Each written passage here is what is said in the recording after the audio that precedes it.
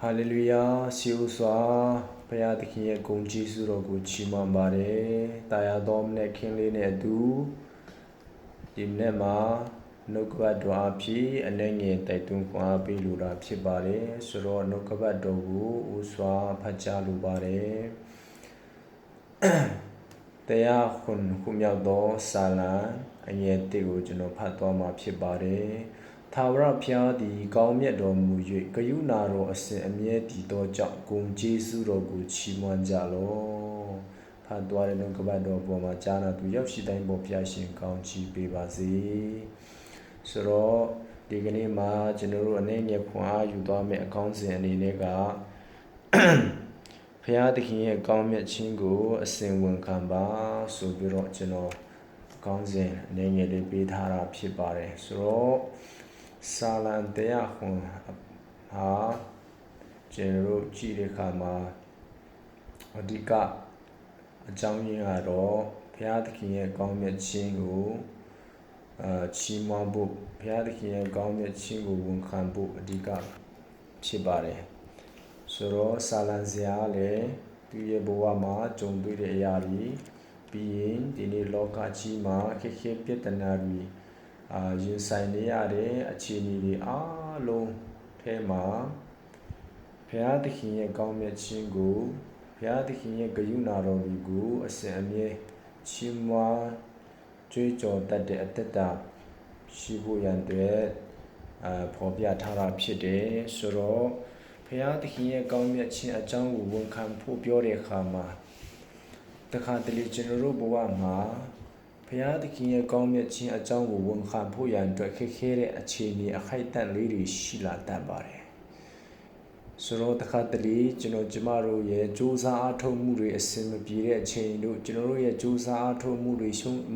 စင်မပြေရှုံးမှုတွေကျွန်တော်တို့ရဲ့ပိုင်ဆိုင်မှုတွေရှုံးမှုတွေကျွန်တော်တို့စုတောင်းထားတဲ့အရာတွေမပြည့်စုံတဲ့အခါမှာတို့တခါတလေကျွန်တော်တို့မှာငွေကြီးအစင်မပြေတာတို့တခါတလေသမီးကြီးစအစင်မပြေတာတို့တခါတလေအိမ်ထောင်ရေးအိမ်တွင်းရေးပြဿနာတို့သားသမီးတို့ရဲ့ကြားမာရေးစားရေးတောက်ရေးဝင်ရေးရာအစင်မပြေတဲ့အခြေအနေတွေမှာတခါတလေဘုရားသခင်ရဲ့ကောင်းမြတ်ခြင်းအကြောင်းကိုဝန်ခံမဲ့အစားဘုရားသခင်ကိုကျွန်တော်တို့စိတ်ဆိုးဒေါသထွက်ပြီးတော့ညီးသွားတတ်တဲ့အချိန်တွေလည်းရှိပါတယ်ဒါကြောင့်ဒီကနေ့ကျွန်တော်တို့ဘုရားသခင်ရဲ့ကောင်းမြတ်ခြင်းအကြောင်းကိုကျမတို့ရဲ့အခြေအနေတွေနဲ့တွားပြီးတော့နိုင်ရှင်ဖို့တိုင်းတာဖို့မဟုတ်ပါဘူးဆိုတာဒီနေ့နားလည်စေချင်တာဖြစ်ပါတယ်ဆိုတော့ဘုရားသခင်ရဲ့ကောင်းမြတ်ခြင်းဟာကျမတို့ရဲ့အသက်တာထဲမှာ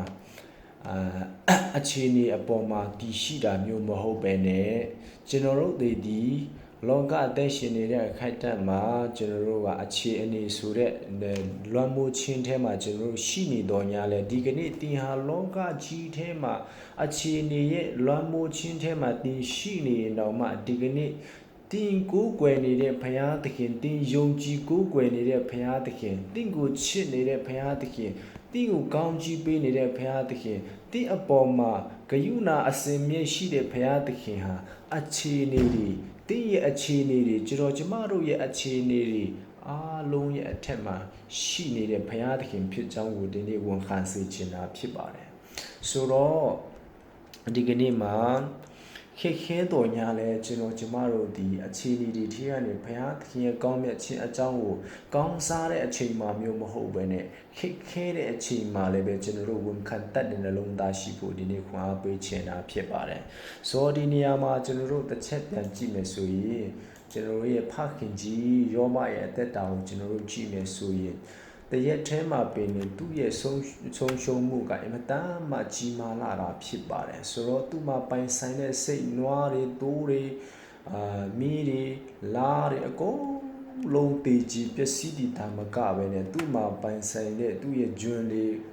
လည်းအကုန်လုံးရှုံးတာဖြစ်တယ်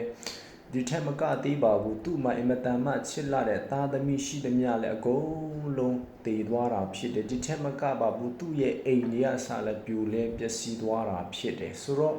သူ့ရဲ့အခြေအနေဟာကျွန်တော်တို့ကြည့်မယ်ဆိုရင်ယူကျိုးမတက်အောင်ဘဝမှာရှုံနစ်နာတဲ့အခြေအနေတစ်ခုမှသူရင်ဆိုင်နေရတာဖြစ်ပါတယ်သို့တော်ညာလဲဖះကိုချစ်တယ်ပြီးဖះကိုယုံကြည်ပြီးဖះကိုချစ်ပြီးဖះရဲ့မေတ္တာတရားကိုနားလေတဲ့ဒီကျွန်တော်တို့ရဲ့ဖခင်ကြီးယောဘကတော့ဒီကနေ့အခန်းကြီးတဲ့အပိုက်ငယ်20မှာကျွန်တော်တို့ကြည့်တဲ့အခါမှာထိုအခါယောဘသည်ထ၍မိမိဝတ်လုံကိုဆုပ်လေ၏စပင်ကိုလည်းရိပ်၍မြေပေါ်မှာ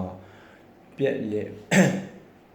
က်ကိုးကွယ်ပြီးလေငါသည်အဝတ်မပါဘဲအမိဝမ်းထဲကထွက်လာ၏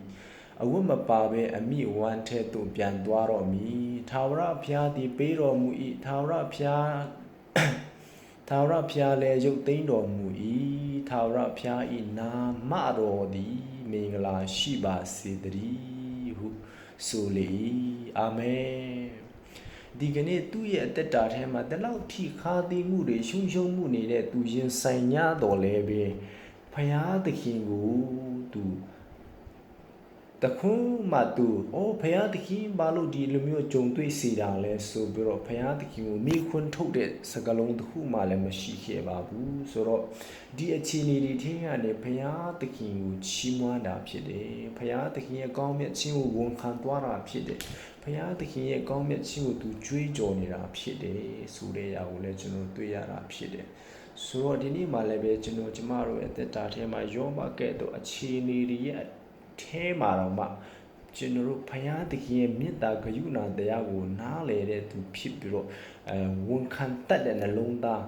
ဖြစ်ဖို့ရတဲ့ဒီကနေ့ကျမတို့ရဲ့အသက်တာကိုပြင်ဆင်ပြီးတော့အသက်တာကိုရှောက်လန်းဖို့ဒီနေ့ခွန်အားပေးချင်တာဖြစ်တယ်ဆိုတော့ဒီနေရာမှာဆရာကြီးဘီလီဂရမ်ကပြောတဲ့စကားတစ်ခုကိုကျွန်တော်အရန်ကြိုက်တာရှိပါတယ်ဆိုတော့ why should we give God thanks because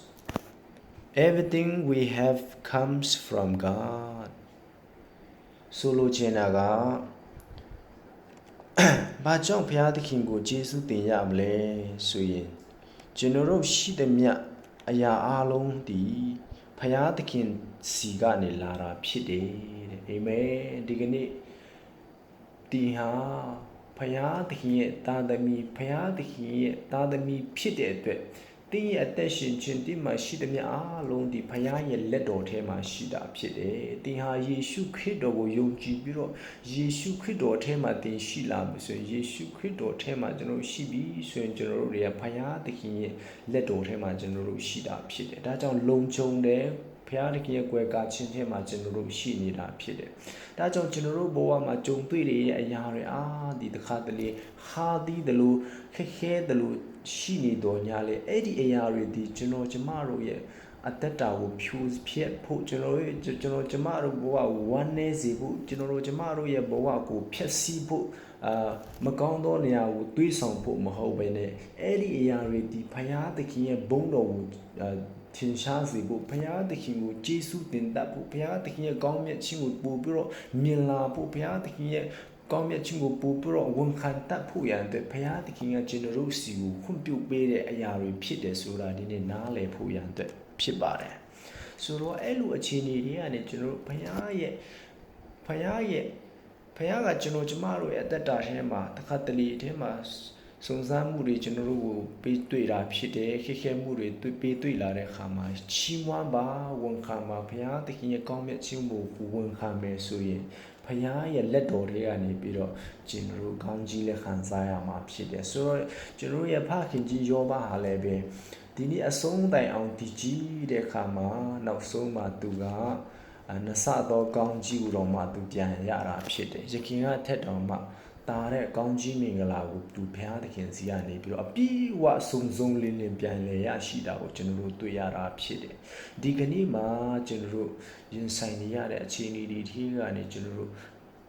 ဒီနေ့ဖယားကိုချီးမွမ်းမယ်ဖယားသခင်ကိုယုံကြည်မယ်ဖယားသခင်ကိုကိုးစားဖို့ကျွန်တော်တို့ကြုံတွေ့နေရတဲ့ခါးသီးတဲ့အခြေအနေတွေဒီဖယားကိုတာ၍ချီးမွမ်းဖို့ဖယားကိုတာ၍ကိုးကွယ်ဖို့ဖယားသခင်ကိုတာ၍ရှာဖို့ဖယားသခင်ရဲ့အလိုတော်ကိုတာ၍တည်ဖို့ဖယားသခင်ရဲ့